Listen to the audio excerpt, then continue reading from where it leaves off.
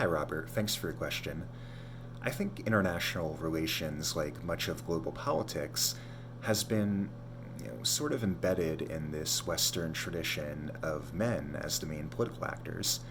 And this bias, which has been both implicitly but also explicitly expressed, goes back to Hobbes's Leviathan and Machiavelli's The Prince, both of which still have enormous influence over politics, but neither give women much thought in terms of being political actors.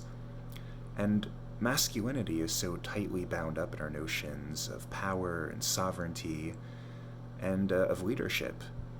So you cite a few prominent female political leaders, including Angela Merkel of Germany, but I think what's interesting, if you look at Margaret Thatcher, for instance, and to a lesser extent Angela Merkel, they had to adopt many of these so-called masculine attributes to gain acceptance in the political world, in terms of who they spoke or who they spoke with, how they presented themselves.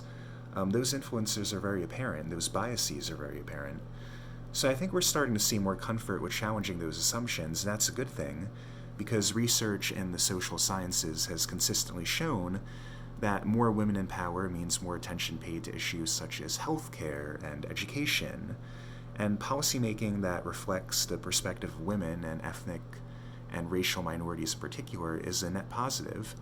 So I think more women in politics is necessary but not sufficient, because the deeper issue lies not only in representation and visibility, but in addressing those embedded assumptions that still underlie much of international relations.